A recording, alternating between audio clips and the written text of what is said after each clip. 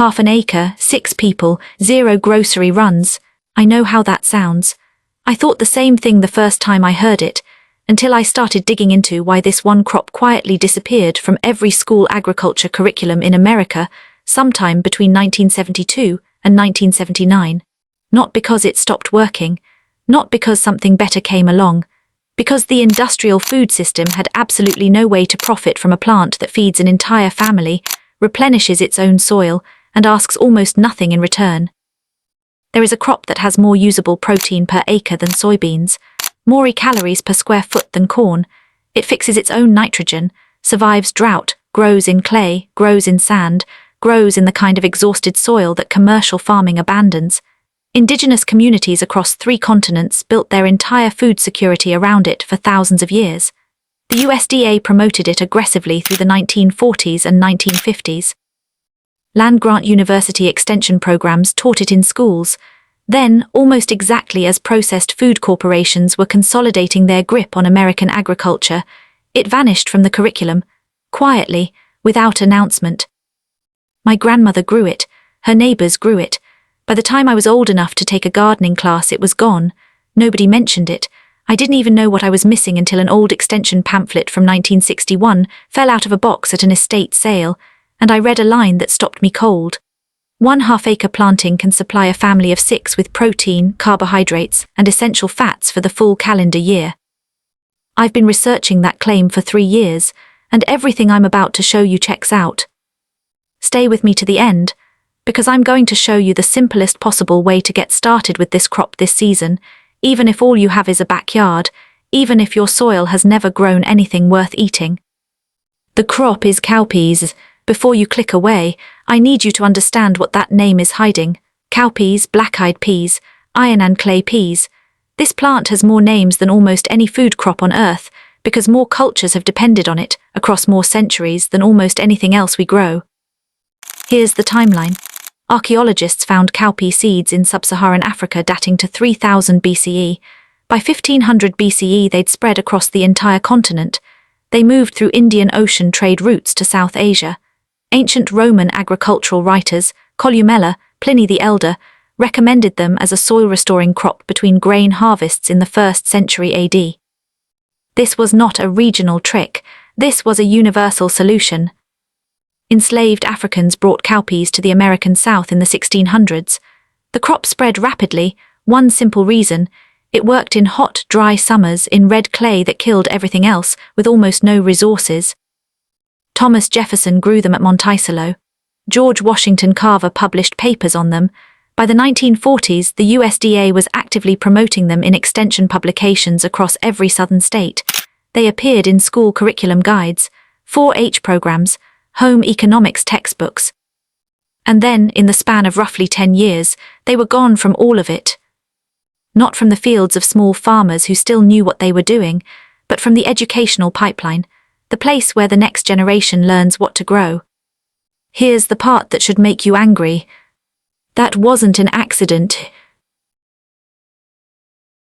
Here's how knowledge actually disappears. It's never dramatic. Nobody burns the books. What happens is quieter. Funding shifts. Curriculum committees update their priorities. Research grants flow toward new things. Extension agents get retrained. And within one generation, one single generation, what your grandparents knew your parents never learned, and you never heard of it. The 1960s and 70s were the peak years of something called the Green Revolution. Internationally funded, Nobel Prize-winning, the coordinated global push to replace traditional crops with high-yield commercial grain varieties, the kind that required fertilizer, required pesticide, required the infrastructure of industrial agriculture to function at all. Norman Borlaug won the Nobel Prize for it in 1970. The stated goal was ending world hunger. What actually happened was the permanent dependency of global agriculture on patented inputs controlled by a handful of corporations. And here is what those corporations understood that most people missed. You cannot sell fertilizer to a farmer growing cowpeas. The plant makes its own nitrogen from the air. You cannot sell pesticide at full margins. Cowpeas have natural pest resistance most commercial crops don't.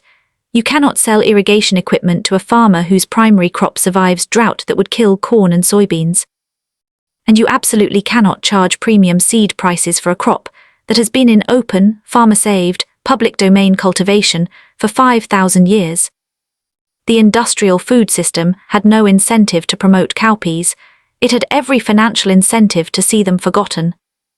By 1979, gone from the classroom. By 1985, a new generation of home gardeners had never heard of them. By 2000, reduced in American culture to a single recipe, black-eyed peas on New Year's Day. But here's the twist. The plant never changed, the biology never changed, the yields never changed. It was just waiting.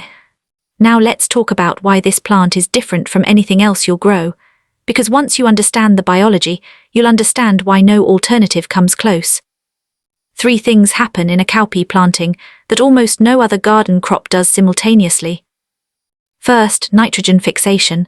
Cowpea roots form a partnership with soil bacteria called bradyrhizobium. These bacteria colonize the roots, form visible nodules, and convert atmospheric nitrogen, 78% of the air we breathe, but inaccessible to most plants, into the exact form plants use to build protein. A well-established cowpea stand can fix 100 to 200 pounds of nitrogen per acre in a single season. That's the equivalent of 2 to 4 bags of commercial fertilizer, for free, from air. And research from the International Institute of Tropical Agriculture documented that cowpeas leave enough residual nitrogen to boost the following crop by 30 to 40%, without any fertilizer input at all. Second, drought tolerance at a biological level most crops don't possess. Cowpeas close their leaf pores rapidly under water stress, dramatically cutting moisture loss. Their roots extend up to 8 feet deep in loose soil, accessing water reserves that tomatoes, beans, and corn can never reach. Agronomists classify them as one of the most drought-tolerant food crops in existence. They produce in conditions that would end your entire garden. Third, yield density that doesn't make sense until you see it. One cowpea plant in good conditions produces 150 to 200 pods. Each pod, 12 to 14 seeds. A single 10-foot row can yield 8 to 12 pounds of dry peas. Half an acre, planted in succession, 3 to 4 plantings through the season, can realistically produce 800 to 1,200 pounds of dried peas in a year. At 24 grams of protein per 100 grams of dried pea. That's why extension agents in 1955 were telling families in Appalachia, in the Mississippi Delta, in the Texas Hill Country, grow cowpeas if you want to eat through winter regardless of what else happens. They weren't wrong, they were just quietly erased. Step-by-step execution. Here's exactly how to do it. Soil temperature is everything. Do not plant until soil is consistently at or above 60 degrees F. Below that, the rhizobia partnership doesn't establish and you get a plant without the machine inside it. Zones 6-9, late May through July. Zones 3-5, late June through mid-July. Zones 10 and above, nearly year-round rotation. Variety selection. For maximum dry pea yield, the calories and protein that store a full year, choose Whippoorwill, the heritage variety Jefferson grew, which consistently outproduces modern commercial varieties on poor soil. For fresh eating alongside storage, California Blackeye No. 5 is the workhorse, disease-resistant, heat-tolerant, productive in zones 5 through 10. For truly destroyed, compacted or clay-heavy soil, iron and clay, I've seen it establish in gravel. It's nearly unkillable. Soil prep less than you think. Here's the counterintuitive rule, don't over-prepare. Cowpeas evolved on poor soil. Excess nitrogen in the soil at planting suppresses the rhizobia partnership. The plant's roots don't bother forming nodules if nitrogen is already there. Do not fertilize with nitrogen before planting. Work the top 4 to 6 inches loose if compacted. That's it. One step I never skip, inoculation. A cowpea-specific rhizobia inoculant costs about $3 at any garden center. Moisten your seeds, roll them in the powder, plant immediately. This ensures the right bacteria are present from day one, critical if cowpeas haven't been grown in that soil before. Skip it and your plants will grow. They just won't perform. Planting 1 inch deep, 4 inches apart, rows 18 to 24 inches apart. For dense food production, I use 6-inch spacing in a 30-inch wide bed, 3 staggered rows, thin to 8 inches after emergence. Germination in 5 to 8 days in warm soil. After that, walk away. This is the hardest part for gardeners trained on barbead crops. Don't water unless you've had no rain for 10 to 14 days. Don't fertilize, don't spray, don't touch it. Cowpeas respond to neglect the way a trained athlete responds to hard conditions. They dig deeper, set harder, produce more. Harvest timing, fresh pods at 60 to 75 days. For dry storage, the real prize: let pods dry completely on the vine until they rattle. Pull the whole plant, hang it in a dry space 1 more week, shell and store in sealed glass jars. Dried cowpeas stored properly last 3 to 5 years without any nutritional loss. Now, one more thing about harvest that almost nobody mentions. After you shell the dry peas, don't discard the vines. The remaining biomass, stems, empty pods, the root system with its nitrogen-fixing nodules, is worth more to your next crop than most things you can buy at a garden centre. Chop it into the top 4 inches of soil. The decomposing root nodules release fixed nitrogen directly into the growing zone. The families who grew cowpeas for generations weren't just feeding themselves. Every harvest made the next harvest easier. They were building land, permanently, season after season, which brings me to something I've never seen written up in any guide, and it changed my yields completely. The bonus technique. I learned this from an 84-year-old woman named Miss Dottie in rural Georgia. She'd been growing cowpeas since she was a child. She did this without thinking. I almost missed it entirely.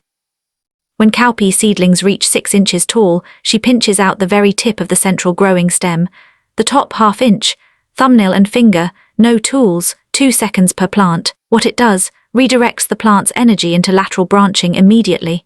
Instead of one central stem producing one tier of pods, you get 4 to 6 lateral branches, each producing its own tier. I went back the next season and ran my own comparison. 20 plants pinched, 20 plants untouched, everything else identical. The pinched plants produced 40% more pods.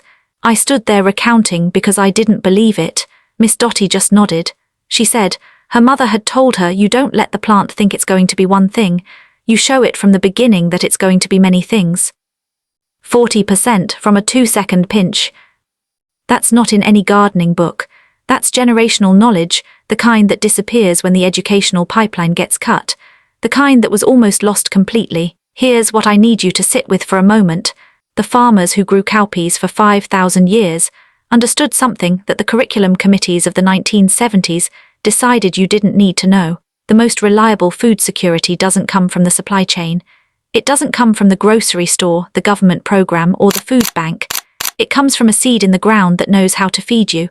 From a plant that rebuilds the soil it grows in so that the family planting it is always, season after season, leaving the land better than they found it. 10 years from now, your neighbors will be watching grocery prices climb and wondering how it got this bad. You will walk out to your back ½ acre in late July. You'll look at rows of dark green plants that asked almost nothing from you, no fertilizer, almost no water, no sprays. You'll begin to harvest, and you'll feel something that no amount of money can reliably buy, the knowledge that you are not dependent, that you built something that works. The knowledge was always here. The biology never changed. The seed is available right now for a few dollars from a dozen suppliers. The only thing that was missing was someone to remind you this was an option. Now you know. If this changed how you're thinking about your garden this season, I'd love to hear it in the comments.